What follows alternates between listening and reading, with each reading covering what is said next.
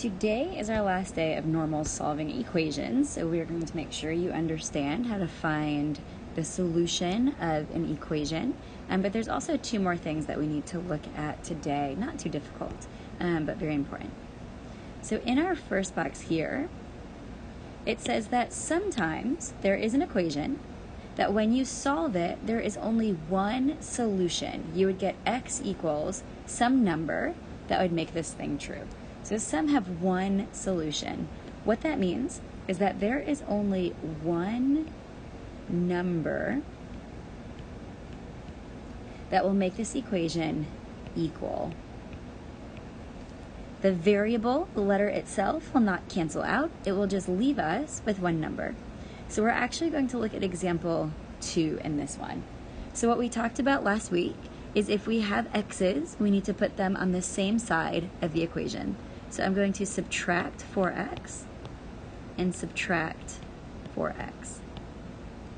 That leaves me with 6x's minus 4x's. 6 minus 4 is 2x's. Then we have a plus 8 equals 8. To get x by itself, we move the constant minus 8, and then we subtract 8 from the right-hand side. We end up with 2x equals 8 minus 8 is the number 0. It's a number, it's fine. We just put a 0 there. We still have an x, so we can get rid of the 2 by dividing by 2. So in this example, x equals 0 divided by 2. 0 divided by 2 is the number 0. The x stayed all the way till the end. So the answer is x equals 0. So go ahead and try number 1. You'll draw your border, move your variable, and then solve for x, and you'll get one answer, one solution.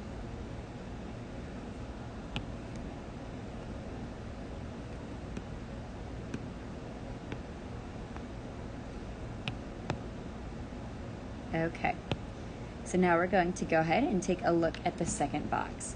So in this second box, it says, we have no solution in these types of answers. It says the x's will cancel and different numbers are left over. So what that means is that there is no solution that can make this equation equal. The variable, the letter, the x, is going to cancel out. So if we look at our first example, we need to move this letter to the side with the other letters. That's an x minus 3, so I need to add 3x. Negative 3x's plus 3x's is no more x's on that side. If I add 3x to the left side, I need to add 3x to the right side. But if we look over here, just like this side had canceled, negative 3 plus 3x, there's no x's there either. So our x's are completely gone. All that's left is a 4 and a positive 8. 4 does not equal an 8. That's not true. So we call this no solution. A 4 and an 8, not the same. The x's cancel, so this is a no solution. Go ahead and try number 2 and see what happens in this one. If the letter cancels, the x's cancel, and we have different numbers that are left over, then the answer is that there is no solution that would ever make the left side equal to the right side. Try number 2.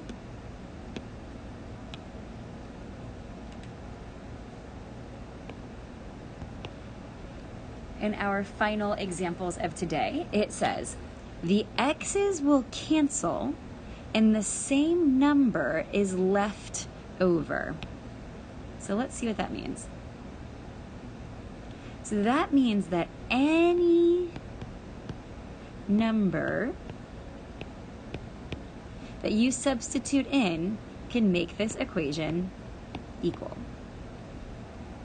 So if we look at our steps, border, move the letter, subtract x, goodbye, subtract x, goodbye. So this is not an x equals because there's no x's here. But it does say that 1 equals 1. So it says if the x's cancel and the same number is left over, my answer is all real solutions.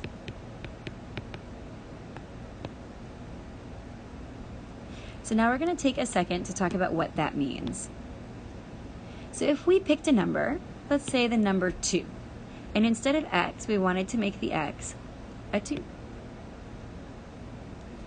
If we look at the left side, 2 plus 1 is 3.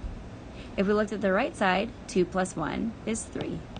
Those are equal, so 2 could be a solution for x. Let's look at another one. Let's say that x was 10.